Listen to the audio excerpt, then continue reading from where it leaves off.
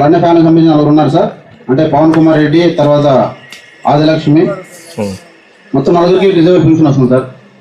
నలుగురికి మెఫ్తో weakness sir, నరాల బలిసినట్టే. అంటే వీళ్ళందరూ కూడా బద్వారు నుంచి సర్టిఫికేట్ ఇస్తున్నారు సార్. నేనైతే రిప్రజెంటేషన్ పెట్టినా మినిస్టర్ గారు వేరే ఊర్లకు పోయి చేయించుకున్నవి, వేరే జిల్లాలకు పోయి చేయించుకున్నవి మాత్రమే ఫస్ట్ ఇన్వెస్టిగేషన్ పెట్టారు. అవి కాకుండా ఓన్ డిస్ట్రిక్ట్ లో కూడా మళ్ళీ ఒకసారి పెట్టించండి.